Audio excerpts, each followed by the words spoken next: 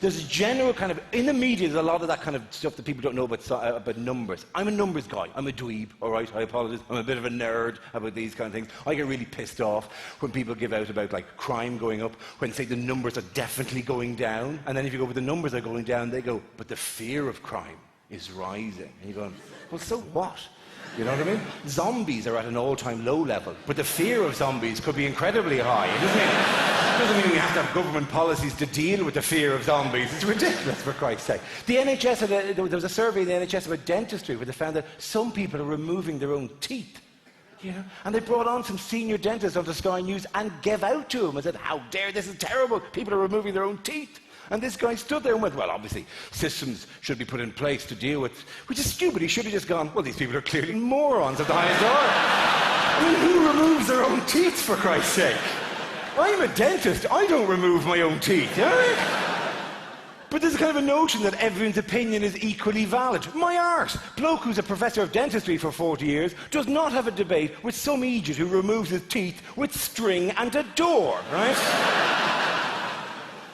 It's nonsense. And they'll have this all the time with medical stuff on the television. You'll have a doctor on and they'll talk to the doctor and be, oh, doctor this and doctor that, and what happened there, and doctor, isn't it awful, right? And then the doctor will be talking about something with all the benefit of research and medical evidence, and they'll turn away from the doctor in the name of balance and turn to some quack, witch doctor, homeopath, horseshit peddler on the other side of the studio.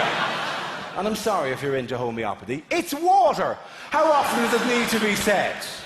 It's just water. You're healing yourself. What would you give yourself the credit? Jesus, homeopaths get on my nerves with the old, well, science doesn't know everything. Well, science knows it doesn't know everything, otherwise it'd stop.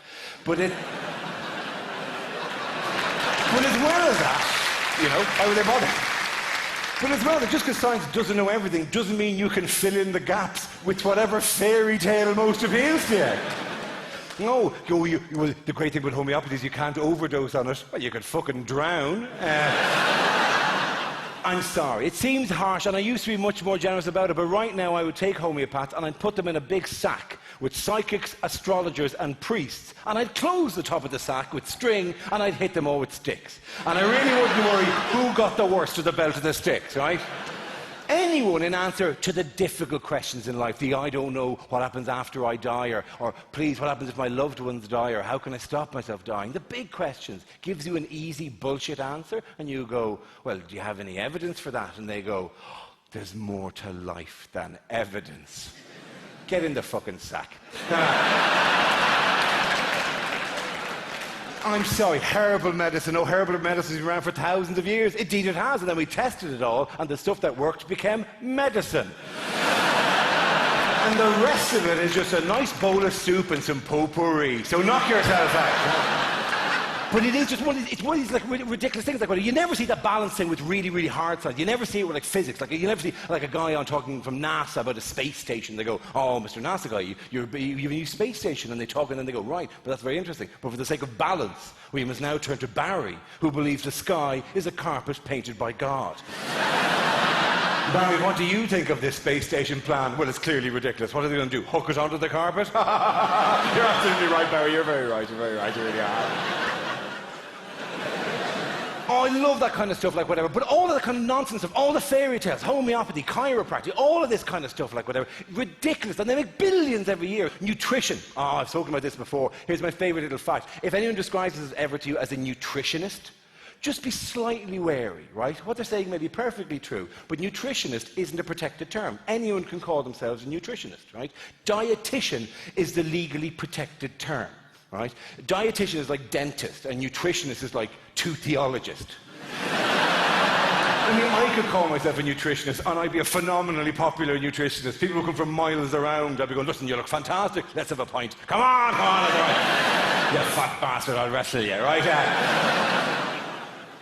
It's ridiculous, and it is just, even though there's loads of evidence for these kind of stuff, we still on some level would sooner believe the story that our mother tells us about a woman she knew who had a headache, and then she rubbed a cat on the side of her head, and the headache was gone the next day, right?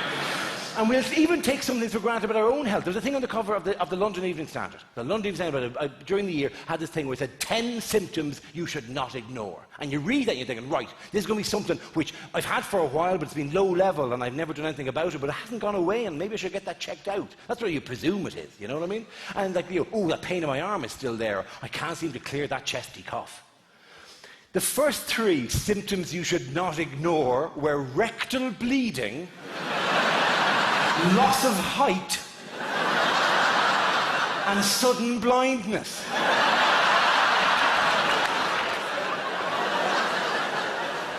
Who ignores sudden blindness? Who sits in the office at lunchtime going, oh, who turned out the lights? Oh, I know, I can't see a thing, it's awful, I'm no use to anyone today. Here, I'll answer phones. That's all I can do, that's all I'll be good for today. Oh, don't make a fuss, don't make a fuss, don't make a fuss. And by the way, I wouldn't dream of lecturing you on how to live your lives. I wouldn't dream of lecturing you about health. That would be arrogant of me, like it's arrogant of these people. Like, look at me, I'm a big guy, right? You know what I mean? Like, I'm no model for anyone when it comes to health. I winter well, as we say, euphemistically. And I know this, it gets reflected to me in weird ways. We went to buy a car during the year. Myself and the wife went to buy a car, and we're sitting in the garage, and on the garage forecourt, they had a little 2-seater sports car, and I said, listen, I know we're not going to buy. Can I just sit in it? Because I've always wanted one, can I just sit in it? She goes, all right, you can. And I sat in the little 2-seater sports car, and I just looked and went, how do I look? She goes, you look like Noddy.